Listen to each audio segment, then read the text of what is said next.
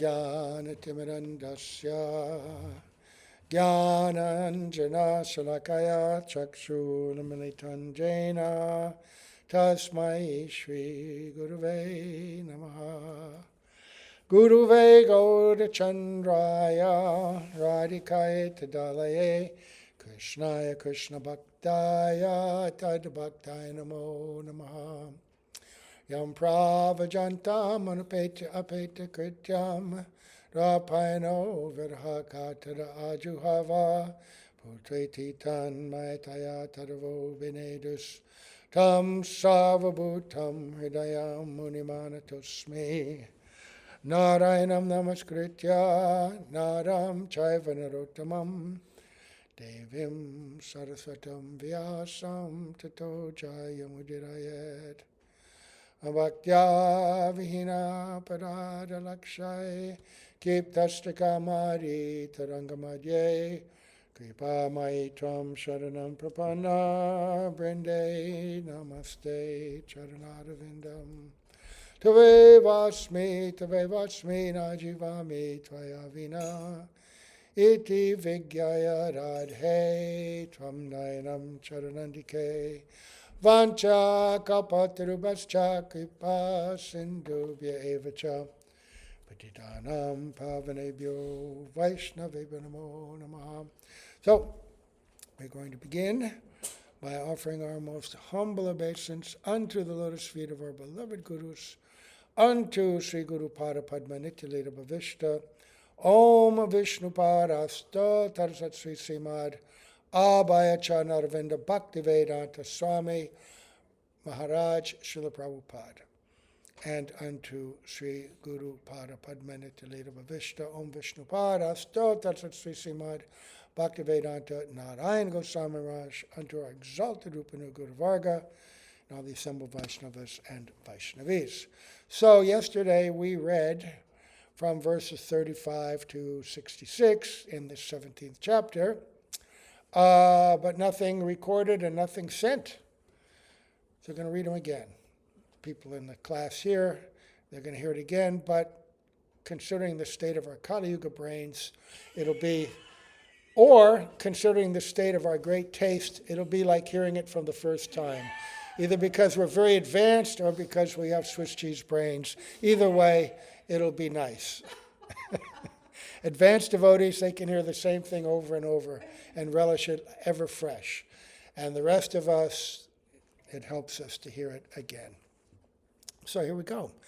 We left off with Mahaprabhu, a statement about Mahaprabhu chanting in the house of Srivas Thakur every night for a year. This followed a lengthy description of the holy name and how to chant. Remember, Ternat api sunichena toro eva sihisnana, describing that verse over and over and emphasizing it, wearing it around your neck like a garland. Without that mentality, that simplicity and humility in the heart, the holy name will not reveal itself. Right? So this is something we really have to cultivate, work on. So, then, since he's just talked about humility, now we're going to hear about the chanting in the house of Srivas Thakur and people that became envious because they weren't allowed in, right? And they had the reverse mentality of that which qualifies you for intimate association with the holy name and with devotees. So we're going to hear some stories about that. All right? So, last verse was Sri Chaitanya Mahaprabhu regularly led congregational chanting of the Hare Krishna mantra in the house of Srivas Thakur every night for one full year. Kapattadiya kirtana kore parama aveshe, pashandi hasite aishe, na paya praveshe. This ecstatic chanting was performed with the doors closed so that non-believers who came to make fun could not gain entrance. And Srila Prabhupada gives a very interesting purport here. He says, of course, the Hare Krishna mantra is open to everyone, right? But sometimes non-believers come to disturb the ceremony of chanting. And under such circumstances, the doors are closed. But then he goes on to say, but when there's large-scale congregational chanting, you see, not only bona fide chanters should be admitted, but the doors are open for everyone to join. And this policy, he says, has given good results. So what does ceremony mean? It means when we're having, functions within the temple itself, like artiques and classes, if somebody's disturbing, they can be removed. But when there's larger scale festival kind of Sankirtan, we're more generous, right, in opening to everyone. And yet, if someone's causing disturbance, then they also have to be removed. I remember many times on the streets in New York, they were so rough and tumble back then. People would get into fights with the devotees, right? And we'd have to fend them off in different ways, One time, I remember this madman was disturbing and kicking the devotees, and one devotee, Yogesh Chandra, a little bit bigger. His brother was really big. And he just sort of went up behind a guy and grabbed him in a chokehold and pulled him behind the chanting party so he couldn't see him. And he just choked him until he was unconscious and then dropped him to the ground. Then the chanting party moved on. So anyway, he brought it on himself. So here, Mahaprabhu, this was very intimate kirtan, very intimate. And not even all the household members of Srivas Thakur's family could attend. So they were excluded. Thus, the non-believers almost burned to ashes and died out of envy. To retaliate, they planned various ways to give trouble to Srivas Thakur. They weren't attracted to the holy name. They just said, why should we be excluded? Nimai Pandit was very famous. He was regarded very highly. And now he's become a Vaishnava. They weren't interested in him as a Vaishnava, but still, what's he doing with this group? We want to see. We want to take part. But they were envious, so they weren't allowed. And now they were very angry. Who are they to tell us we can't come? Do they know who we are? They know our position. One night, while kirtan was going on inside Srivas Thakur's house, a Brahmana named Gopal Capala, the chief of the non-believers, who was talkative and very rough in his speech, placed all the paraphernalia for worshiping the goddess Durga outside Srivas Thakur's home. I'm going to summarize Srila Prabhupada's purport. He talks about worship of goddess Durga, also known as Bhavani, Chandi, Shitala, Kali, right? In Bengal, many, many worshippers of Mahamaya in her various forms. And a lot of that worship is very filled with tamagun, right, in what they're doing. Some even try to offer human sacrifice. It can be quite dark. So he wanted to defame Srivas Thakur by saying he pretends to be a Vaishnava, but actually he's a low-grade Shakta. So they put the wine, the red sandalwood paste, red flour, other things, right? In other descriptions, I've heard fish bones and things. I don't know. But anyway, all those articles, thinking that now he would be disgraced, right? And so this guy, he was born in a Brahmana family, but he didn't have the qualities of a Brahmana. He was rough, talkative, right? Envious. So nowadays, there are still remnants of this caste system, very strong in India, that people very much identify with the caste they were born in. The counterpart to that in the West is if you're born into a wealthy family, you can be very snobbish, or a family of educated people, traditions of professors and scientists or doctors.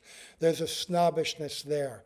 The only difference is that in Western society, mobility is possible. It may take a generation or two, but you can move your status. But here it's very fixed, no matter what the quality. So this was not a real Brahmana, Brahma Bandhu, right?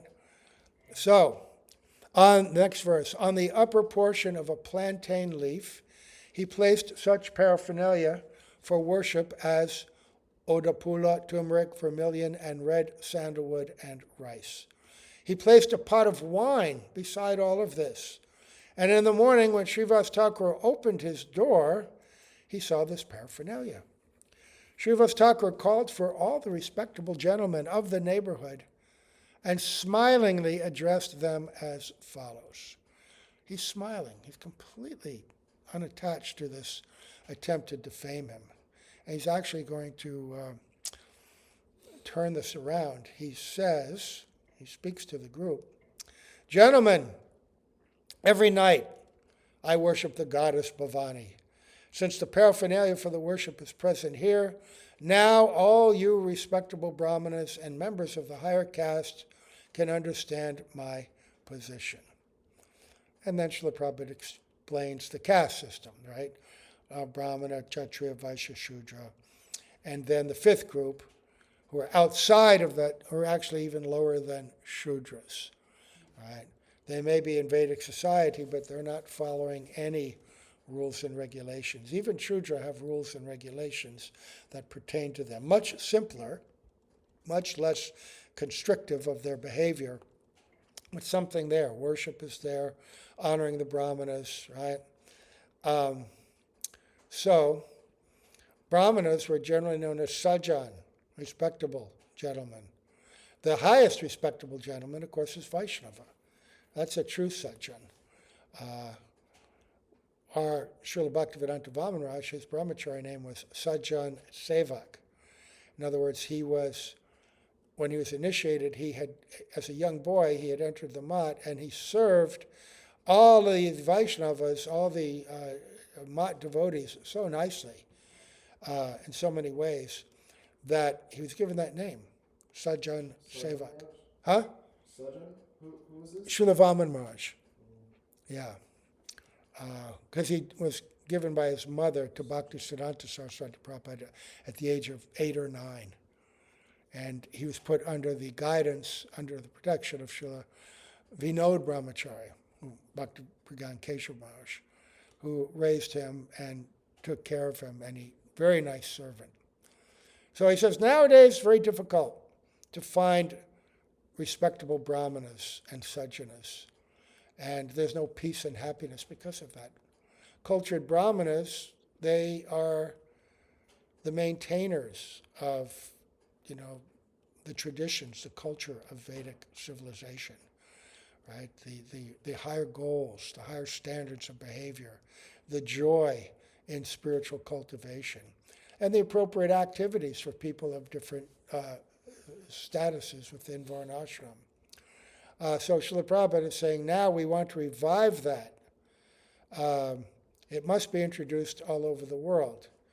He says, unless some people are trained as brahmanas, there cannot be peace in human society. Right. So the topmost brahmanas are the Vaishnavas, but even cultured, well-behaved brahmanas are useful for society. Even if they're jnanis and karmis, still society is regulated and pointed in a higher direction. So, how did these gentlemen respond? Then all the assembled gentlemen exclaimed, "What is this? What is this? Who has performed such mischievous activities? Who is that sinful man?"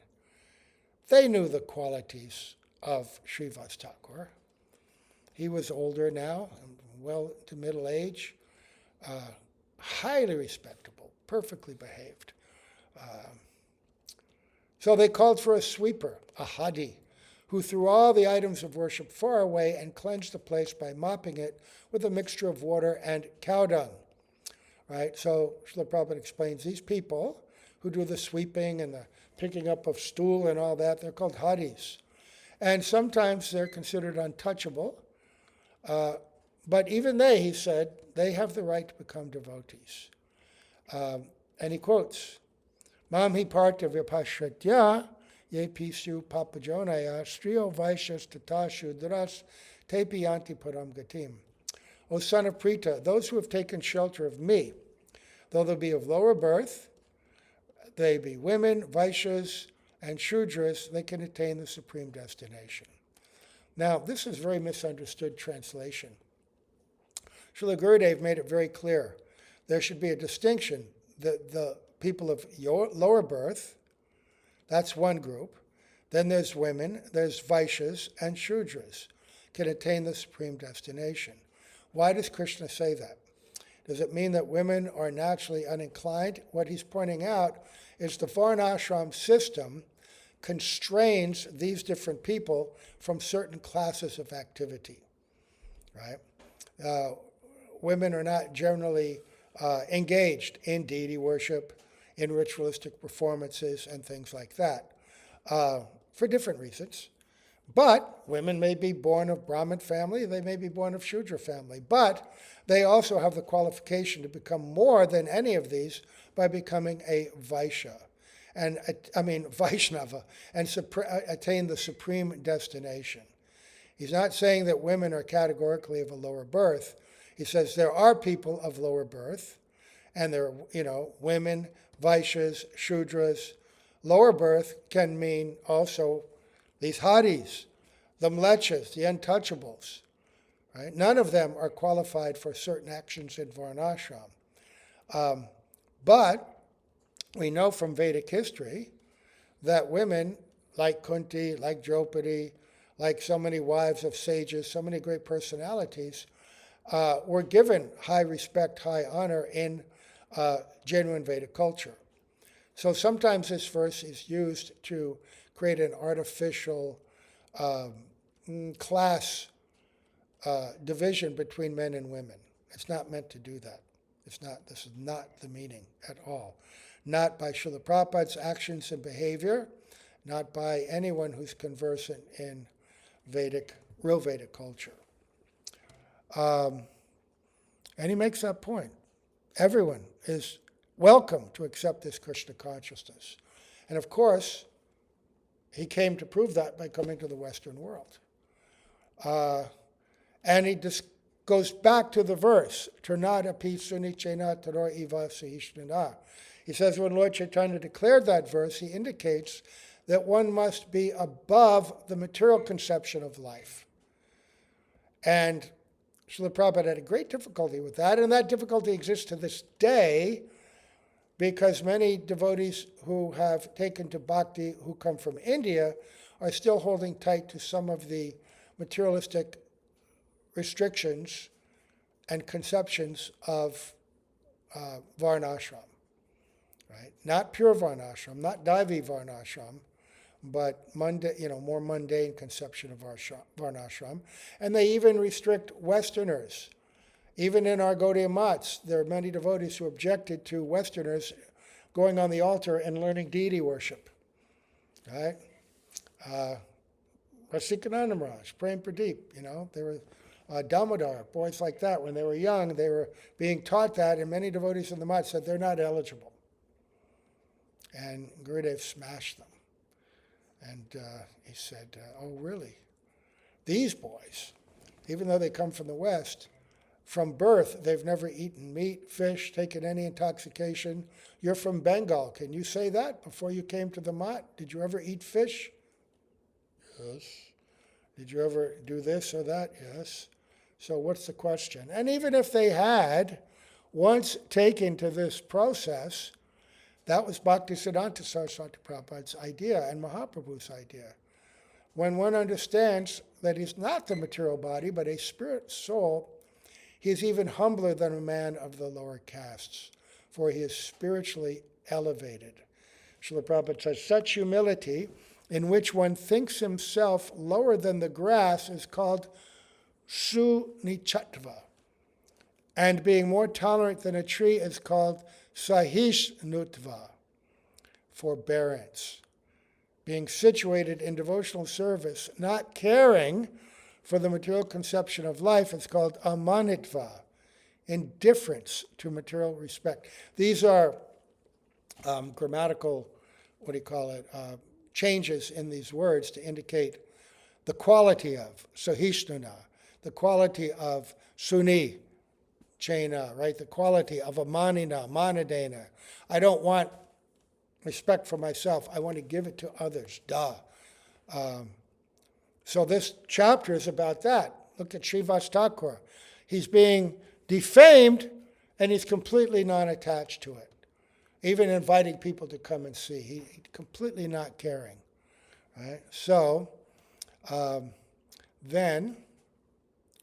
this weaving in of this quality of humility and non-envy and offering respects to others in this story, Srivas Thakur has this Gopal Capala does not.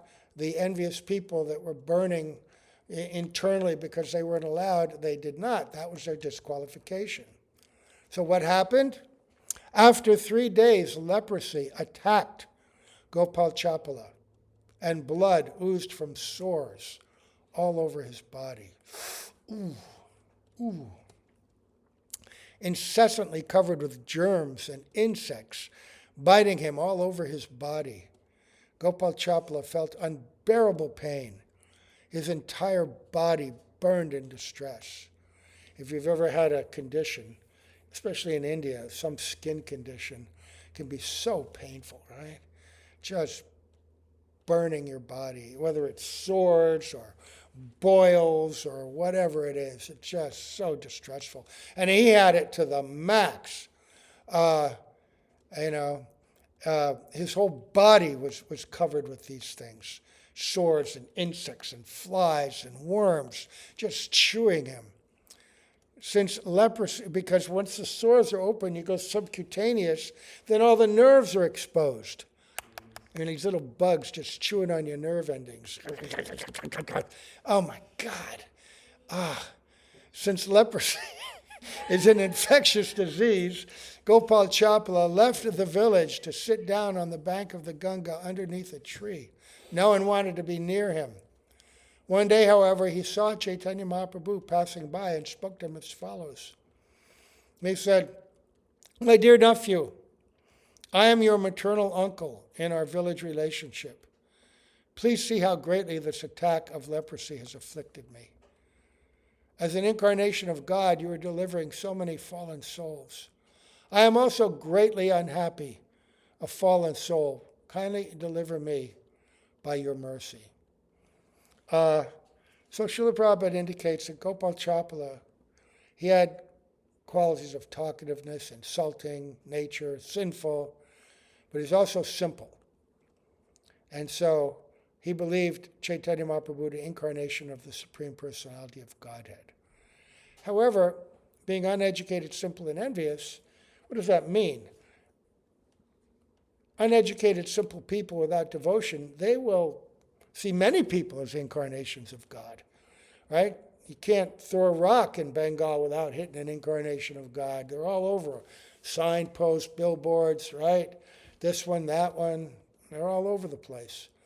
So Nimai Pandit was very famous in Mayapur. He had all these qualities, astonished. People thought, who could have such an intellect? Unless he's Narayan himself or empowered by Narayan something.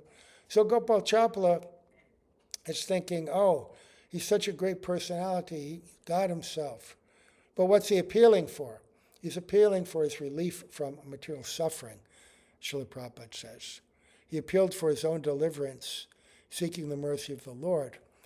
But he did not know that the deliverance of the fallen does not consist of curing their bodily diseases, although it is also a fact that when a man is delivered from the material clutches, his material body diseases are automatically cured. Gopal Capala simply wanted to be delivered from the bodily sufferings of leprosy. But Sri Chaitanya, although accepting his sincere appeal, wanted to inform him of the real cause of his suffering. You have made a grave mistake, Gopal Capala. So Mahaprabhu responds in what way? We see Mahaprabhu in his pastime sometimes patit pavan, giving his mercy so easily without qualification, love of God, even to tigers and animals in the forest, to Jaghai and Madhai. I don't know if that's come up yet, because I'm not sure the sequence in this Chaitanya Charitamrita, because it's a summary. But He did. But now, Chaitanya Mahaprabhu appeared greatly angry, and in that angry mood, he spoke some words chastising him. O sinful person, envious of pure devotees, I shall not deliver you. Rather, I shall have you bitten by these germs for many millions of years. Wow. So, I mentioned Jagai and Madhai. One thing about them, you would think they would not be eligible either. But in the Chaitanya Bhagavad, it says, even though they committed unlimited sins of every kind, they had not associated with and offended Vaishnavas. So that's why they were eligible. And then when they did commit that offense, one of them hit Nityananda with the pot. Then the other, Jagai, tried to stop him from doing it further, so he gained the mercy of Mahaprabhu. And then the other brother saying, oh, you've given mercy to him, we share everything, why not me? Mahaprabhu said, oh no, I cannot.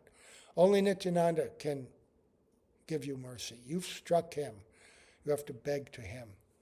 And Nityananda is the incarnation of Karuna Shakti, mercy. He delivered him. But they were not specifically aparadis. They were sinful. And that's what distinguishes them. This Gopal Capala was a great aparadi. Mahaprabhu says, Are papi bhakta dveshe tore na udarimu koti janmahe mate kidaya kao yaimu. O sinful person, envious of pure devotees, I shall not deliver you. Rather, I shall have you bitten by these germs for many millions of years. Right. I heard an anecdotal story of one person who was leaving his body. And before he was leaving, he was suffering a lot in his body. Terrible, terrible. Like Gopal Capala, actually, in some ways, just as bad, even worse. And he said he had a dream, and Yamaraj came to him and said, oh, you will have to suffer for your offenses. And he said, oh, so, and he said, what kind of offenses? Offenses to your guru and offenses to devotees in general. And he said, which do you want first? He said, oh, I guess I should suffer the reaction to offenses to my guru. And then Yamaraj returned and said, your guru will not accept any of the offenses. He forgives you completely. But you will have to suffer for the offenses to the devotees. Right? So, real person, real story he told, I'm sure hearing that, he became even more remorseful and chanted, and, the mercy of devotees is very great. But he did have to go through a lot of suffering, and he had that experience, whether it's imaginary in his dream or real, the tattva behind it is very real, right? Vaishnav aparad, right? Vaishnav ninda, right? And that's the foremost. So, Srila Prabhupada talks after Mahaprabhu says, we should note herein that all our sufferings in this material world, especially from disease, are due to our past sinful activities, okay? And of all sinful activities, actions directed against a pure devotee out of sheer envy are considered extremely severe.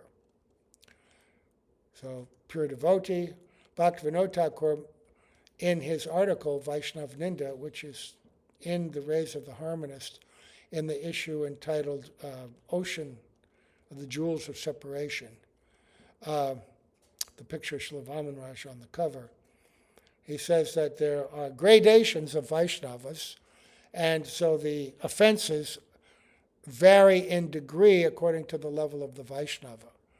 So if you offend a Mahabhagavat, it's the worst. If you offend a lesser Vaishnava, it may not be as bad, but if you offend those who are dear to a Mahabhagavat, that's also very severe, right? So, of all sinful activities, actions directed against a pure devotee out of sheer envy are considered extremely severe. Right? Pure devotee doesn't say someone who belongs only to your institution, anyone else you can offend, right? Only people in your group are pure devotees. No, no, no, no, no. Srila Prabhupada explains in his commentary in Nectar of Instruction, he says there are many pure devotees in many institutions. One may take shelter of any of them. He created ISKCON as an institution, a mechanism following the model of his Guru Maharaj as a preaching facility, to facilitate book publication, book distribution, creation of temples, making it available in an organized way to society. Very brilliant. But he didn't restrict bhakti to the walls of that institution, nor did his Guru Maharaj, who did the same thing. Bhaktisiddhanta Saraswati Prabhupada said that institutions become the walls which dam up the free flow of bhakti, the current of bhakti, because then you get these rules and regulations etched in stone, right?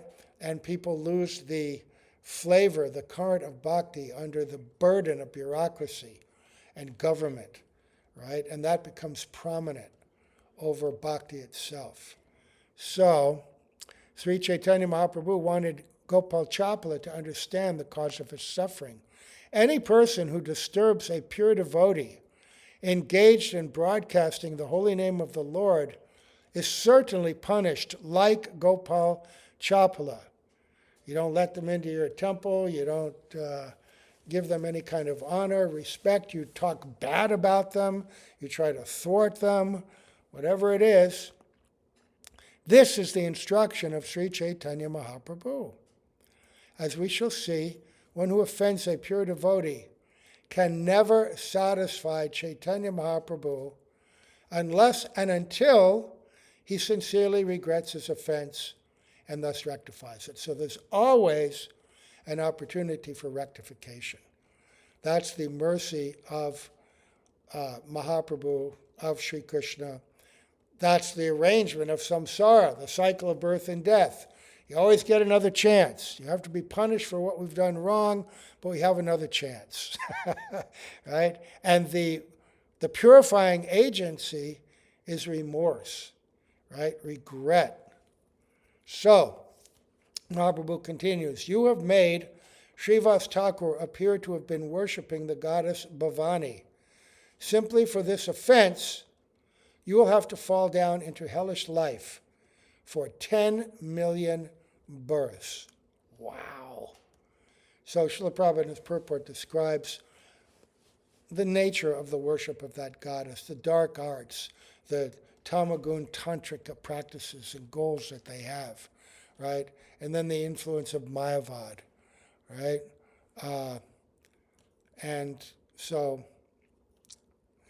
then Mahaprabhu says, I have appeared in this incarnation to kill the demons, the Pashandis, and after killing them, to preach the cult of devotional service.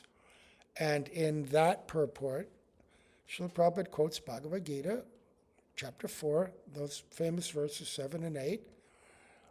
Yada yada hi dharmasya glanir bhavati bharata abhutanam dharmasya tadatmanam srijamyaham puritranaya sadhunam vinashaya chadushkatam dharma sangstarpanartaya sambhavami yuge yuge. Okay, I was just checking to make sure these people on this can still hear. All right, whenever and wherever there is a decline in religious practice or descendant of Bharat and a predominant rise of irreligion, at that time I descend myself in order to deliver the pious and to annihilate the miscreants, as well as to reestablish the principles of religion. I advent myself millennium after millennium. And of course, Mahaprabhu's appearance is with a very special flavor of that. Annihilating the miscreants with his weapons, but what? Sangopangastra Parshadam, right? The Hare Krishna Maha Mantra, the holy name, and his associates. These are his weapons. to purify the hearts of the demons. So, Srila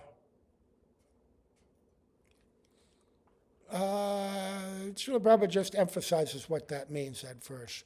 Atheists are punishable, devotees are to be protected. And that's the mission of all avatars or incarnations.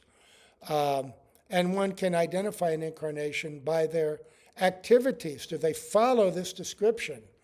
Or are they just so-called bogus incarnations, of which there are so many, who are just enriching themselves and engaging in mundane pursuits behind the curtains? So after saying this, the Lord left to take his bath in the Ganga, and that sinful man did not give up his life, but continued to suffer. When Chaitanya Mahaprabhu, after accepting the renounced order of life, went to Jagannath Puri and then came back to the village of Kulia, upon his return, that sinful man took shelter at the Lord's lotus feet. The Lord, being merciful to him, gave him instructions for his benefit. So now Mahaprabhu, he continued to engage in his Sankirtan pastimes. He took sannyas. He left. Now he's come back. After he left, one of the reasons he took sannyas was because still there was a contingent of people in Navadvip envious of him, not understanding his position. And so, nevertheless, everybody in Navadvip, by association over the years, had developed attraction for Mahaprabhu. And even though they didn't understand and criticized him, once he left, even those persons began to lament and feel separation. And so when he left for some time, that separation purified them as well. And when he came back, they all went. So this Gopal Capala also, now he has some years to reflect and consider and on the instruction that he'd been given so mercifully by Mahaprabhu. And so when he came back, then again he made an appeal, right? So let's see, oops, let me get this next page here. Now the Lord responds again. You have committed an offense at the lotus feet of Srivas Thakur, the Lord said. First you must go there and beg for his mercy. And then if he gives you his blessings and you do not commit such sins again, you will be freed from these reactions. Then the Brahmana Gopal Capala went to Srivas Thakur and took shelter of his lotus feet. And by Srivas Thakur's mercy, he was freed from all sinful reactions. Right? So we've told the story before about one time in Mumbai with Srila Prabhupada. He had his personal servant, very humble, young devotee, and his secretary, who was big sannyasi GBC. And the big sannyasi GBC in another room was just blasting this poor, humble, meek fellow, just over and over in the harshest terms. And Srila Prabhupada heard that. It was so loud. And he called him in and said, oh, you've committed such a great offense to your godbrother. Even I cannot save you. You have to go to him personally and beg his forgiveness to protect your bhakti, which he did under Srila Prabhupada's direct order. So you have to be careful. Don't offend anybody. If you disagree, then just leave it, But to talk about it, to spread it, it will ruin your bhakti. Just back off and practice. Turnada pisuni chena torot aviva sahishnana amanina manadena kirtaniya siddhahari. So this was Gopal Capala. He did go to Srivas Thakur. He begged forgiveness, and he was freed from sinful reaction, which means also freed not just from the disease, but now his heart could become open to bhakti. Another Brahmana came to see the kirtan performance, but the door was closed, and he could not enter the hall. He returned home with an unhappy mind, but on the next day he met Lord Chaitanya on the bank of the Ganga and spoke to him. That Brahmana was expert in talking harshly and cursing others. Thus he broke his sacred thread and declared, I shall now curse you, for your behavior has greatly aggrieved me. The Brahmana cursed the Lord. You shall be bereft of all material happiness. When the Lord heard this, he felt great jubilation within himself. Any faithful person who hears of this Brahmana's cursing Lord Chaitanya is delivered from all Brahminical curses. Mahaprabhu is also completely free from curse, but he's accepting it as devotees do for pastime, because now he can say, oh, that Brahman has cursed me in such a way that I am freed from any opportunity for material happiness. Now I can leave home and take sannyas. Many have been cursed. Yamaraj was cursed by one Brahmana who was suffering. He was arrested because a thief had run away, and the soldiers were chasing him, and he hid his stolen wealth in the house of a yogi, Brahmana, who was meditating. And when the soldiers came by, they traced the footprints, they looked in the house, and they saw this wealth, and they thought that this Brahmana was the thief. And so they lined him up on the wall, and they were going to execute him with spears, and he was anticipating this. Right? At the last minute, they found out that it wasn't him, and they spared him, but the Brahmana was very angry. Right? Why have I undergone this tribulation? And he went to Yamaraj. He had mystic power, and Yamaraj said, oh, because when you were a small boy, you pierced an ant with a straw. And so you had to experience a reaction to that. And he said, I was a small boy. A boy so young is not responsible for sinful activity. You don't know Dharma. You're Dharmaraj, you don't know Dharma. I cursed you to be a Shudra for 100 years on earth. So Yamaraj took that curse. He's Yamaraj. He could easily, he's a pure devotee, easily reject that. He's the Lord of Dharma. But he took it so he could take birth as Vidura, right? As the brother of Pandu and Dhritarashtra, and engage in a great, great devotee, right? Conversations with Maitreya and the Bhagavatam, so many things, Mahabharata, to engage in those pastimes. Devotee sees whatever comes to them as the arrangement of the Lord, right? So, and this was Mahaprabhu's teaching, right? But we have to be humble to see that. Because usually we're going, oh, whoa, why me? I don't deserve this. That's my mentality. Who are they to criticize me? I am faultless. They should be cursed, not me. This is our reaction. But they're very beautiful stories. Anyway, we shall stop here. This is where we left off. We did this class yesterday, but it didn't record, so now we're doing it again. And it didn't go through to our online group. So, thank you very much. All glories to Srila Prabhupada, all glories to Srila Gurudev, all glories to the assembled Vaishnavas, Vaishnavis. Today's Ekadashi in India. We're honoring that. Gaur Premanande, Hari Hari Bol.